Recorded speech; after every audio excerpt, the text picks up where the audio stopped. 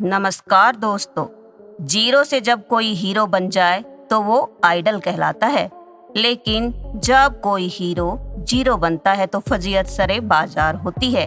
जी हाँ, फजीयत जैसे कि विजय माल्या, सुब्रत राय और न जाने कितने ही अरबपतियों की हो चुकी है।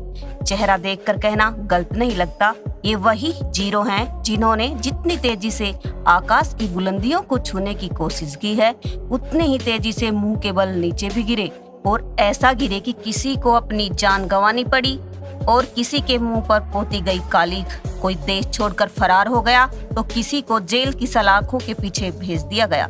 लेकिन जरा सोचिए कि क्या ये सब इनकी किस्मत का खेल था या फिर कोई भारी गलती जो इन अरबपतियों को ले डूबी। आज मैं आपको ऐसे ही अरबपतियों से मिलवाऊंगी जो पूरी तरह से कंगाल हो गए। जुड़े रहिए हमारे साथ अंत तक। शुरुआत करते हैं देश के नंबर 1 भगोड़े विजय माल्या से।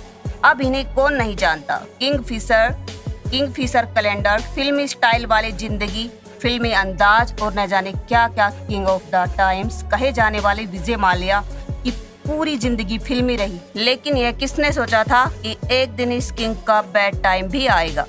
दरअसल साल 2007 में विजय माल्या का बुरा वक्त जब शुरू हुआ, जब विजय माल्या ने एयर डेक्कन की टेक ओवर किया। इस सौदे ने माल्या के 1200 करोड़ खर्च किए। इधर माल्या 2005 से ही किंगफिशर एयरलाइंस चला रहा था। इससे वो बड़ा ब्रांड बनने की जुगत में था। डेक्कन की खरीदारी से शुरुआती दौर में तो खूब फायदा कराया, लेकिन साल 2011 में किंगफिशर देश की दूसरी सबसे बड़ी एविएशन कंपनी बनी। लेकिन डेक्कन प्रोजेक्ट की वजह से माल्या को काफी बड़ा नुकसान उठाना पड़ा। फिर क्या था, एक के बाद एक कई परेशानियां माल्या के सामने आती गई, जिसको वो खत्म नहीं कर पाया। और साल 2012 में किंगफिशर एयरलाइंस के स्टाफ ने सैलरी के लिए हड़ताल शुरू कर दी। इनकम टैक्स डिपार्टमेंट ने उसके अकाउंट सीज कर दिए और हमेशा के लिए लैंड कर गई किंगफिशर एयरलाइंस की उड़ान।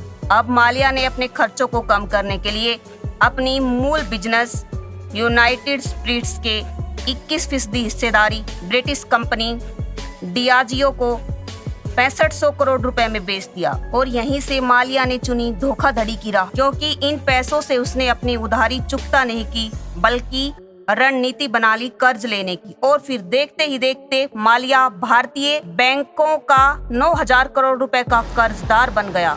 अब जब तक इन सब का खुलासा हो पाए तब तक माल्या देश छोड़कर विदेश फरार हो गया।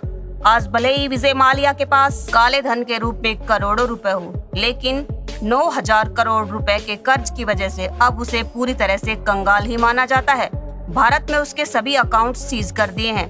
अब भारत उसे ब्रिटिश से वापस लाने की कोशिश में लगातार जुटा हुआ है।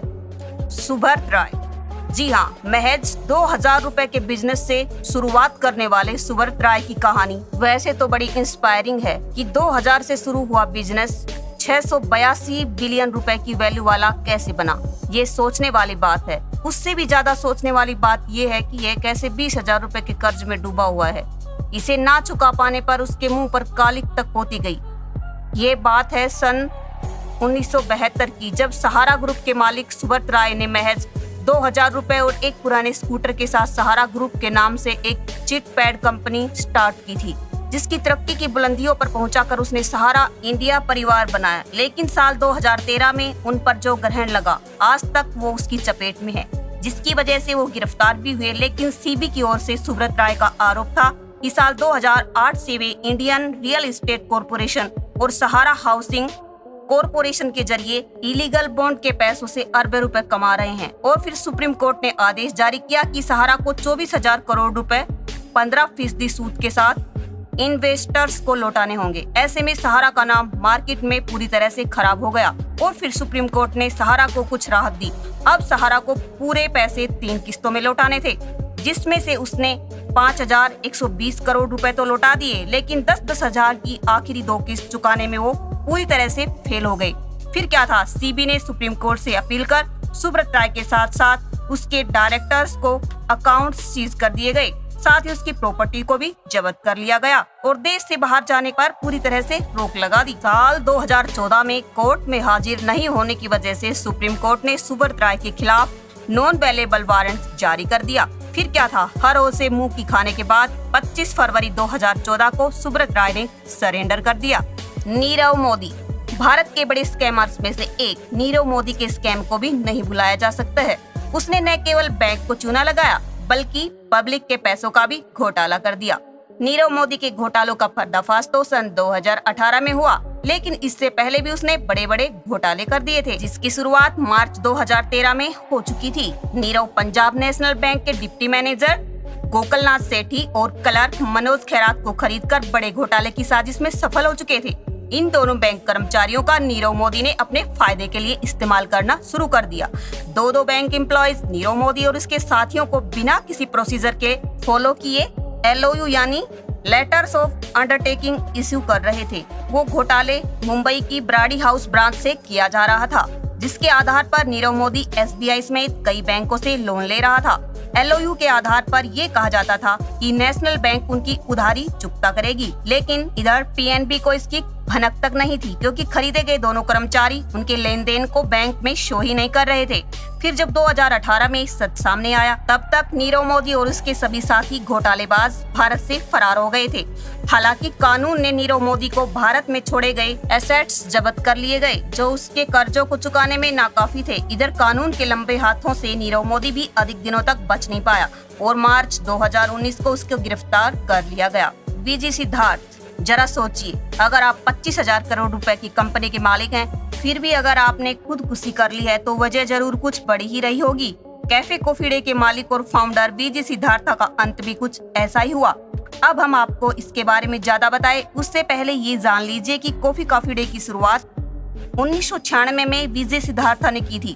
धीरे धीरे CCD यानी कैफे कॉफी डे ने 25,000 करोड़ रुपए के टर्नओवर के आंकड़े को पार कर लिया था। इसके बाद CCD को इंडिया की बिगेस्ट ग्रीन अचीवर अवार्ड से नवाजा गया। साल 2018 से 2020 तक महज 3 सालों में CCD ने 5800 करोड़ रुपए का लाभ कमाया, लेकिन ये रकम कंपनी के कर्जे के मुताबिक कैफे कंपनी इससे पहले 2017 में VG सिद्धार्थ पर 650 करोड़ टैक्स चोरी का इल्जाम लगा चुकी थी। इतना ही नहीं, उनके 20 ठिकानों पर इनकम टैक्स की रेड भी डाली गई।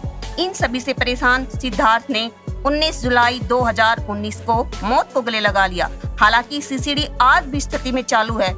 अब उनकी पत्नी CCD को चलाती है, जिन्होंने अपनी कंपनी को कर्ज मुक्त करने के साथ ही CCD के हालातों को भी पूरी तरह से ठीक करने में जुटी हुई है। रामालिंगा राजू, अमेरिका ही नहीं बिल गेट्स भारत में भी रहते हैं। जी हाँ, चौंके मत, भारत वाले बिल गेट्स को सिर्फ खिताब दिया गया है, जिनका नाम रामालिंगा राजू है।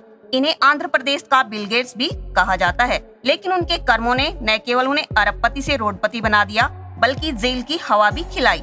रामालिंगा राज का सबसे बड़ा काला सच ये था कि इन्होंने बिना इंजीनियरिंग की डिग्री लिए 1987 में सत्यम कंप्यूटर्स की नींव डाली। महज 23 कर्मचारियों के जरिए शुरू की गई यह कंपनी देखते ही देखते 53,000 एम्प्लॉय वाली कंपनी बन गई। साल 2008 में आते आते इस कंपनी की कुल संपत्ति 10,000 करोड़ रुपए हो गई। इसके बाद रामालिंगा राजू के मन में लालच आ गया और उन्होंने अपने फंड्स की हेराफेरी करना शुरू कर दिया।